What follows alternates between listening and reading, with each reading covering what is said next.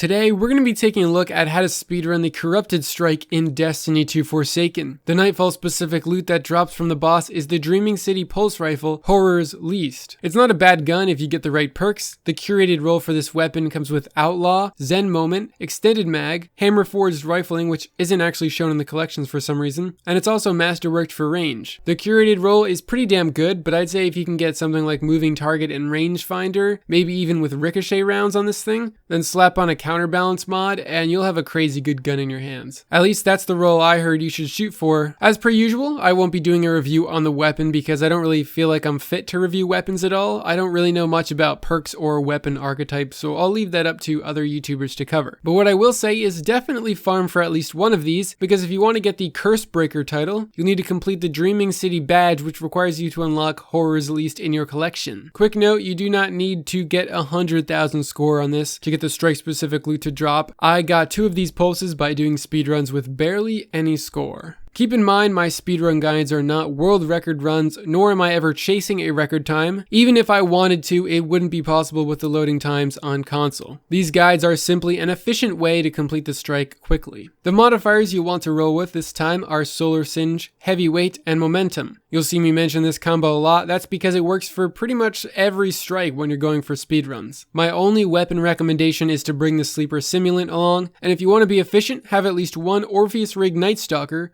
although it's not necessary. Also, I won't be talking the entire time, I'll just be chiming in throughout the mission when I can offer some advice. What I like to do in this beginning area to make it really easy is to take out your sleeper and try to get a headshot on the taken Centurion who's guarding the doorway. It will take 1 or 2 sleeper shots to take him down if you're getting precision hits, and if you get him down early before he moves around, you can just sparrow through this entire beginning part. I would highly recommend rallying to a public event flag before starting this mission, or else you'll have very limited ammo.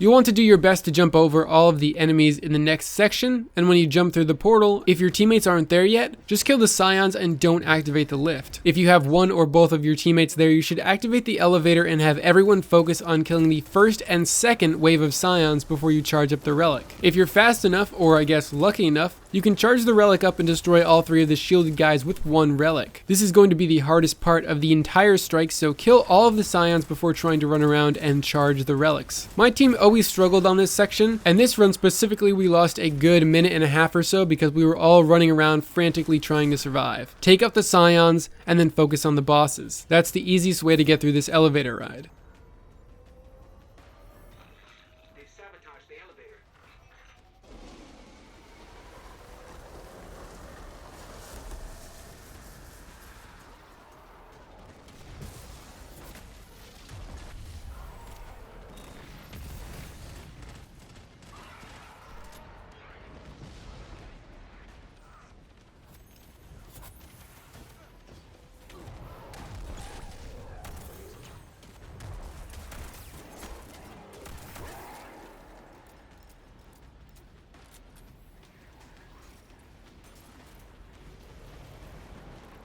Once the ride ends, have someone shoot the shrieker down with the sleeper, and you can either tether the group of enemies, have someone use a super like Blade Barrage. Just try and clear out most of the dudes so that you can run past safely.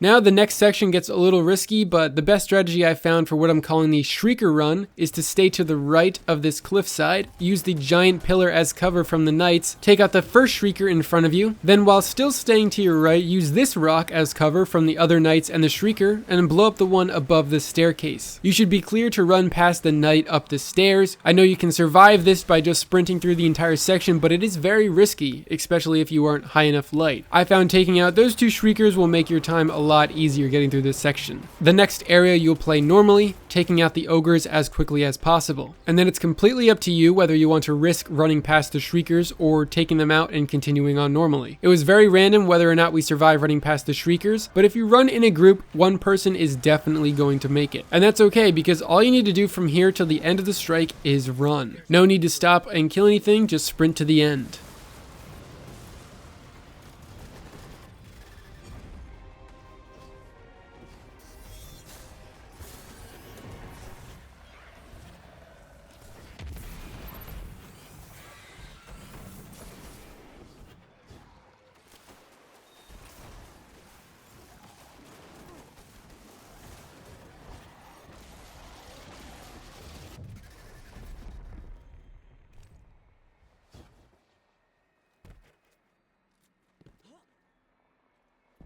Guardian down.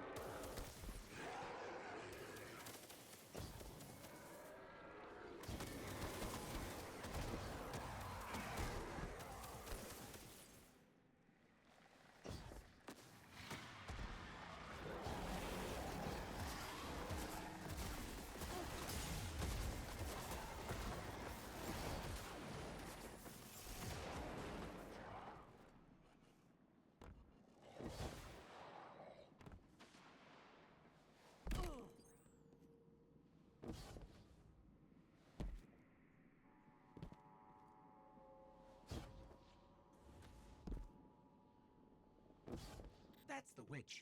Remember, we're here to save her.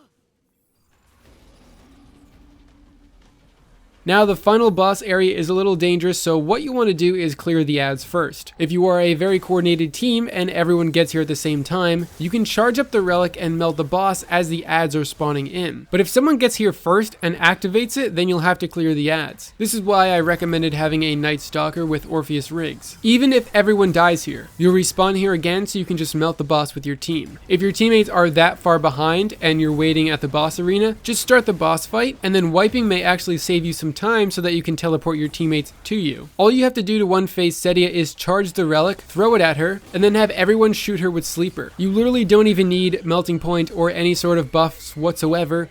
The Solar Singe and Heavyweight modifiers will make sure she dies in seconds. If everyone's hitting precision shots, she won't even be able to teleport, and you won't even have to do the final part of the strike at all. We were fumbling around both in the elevator and the final boss arena, so we lost about 3 minutes total that we could have saved on our run, so it's totally possible to do this strike within 5 minutes. That's all I got for you guys today. Hopefully this was a helpful guide, and good luck on getting the gun.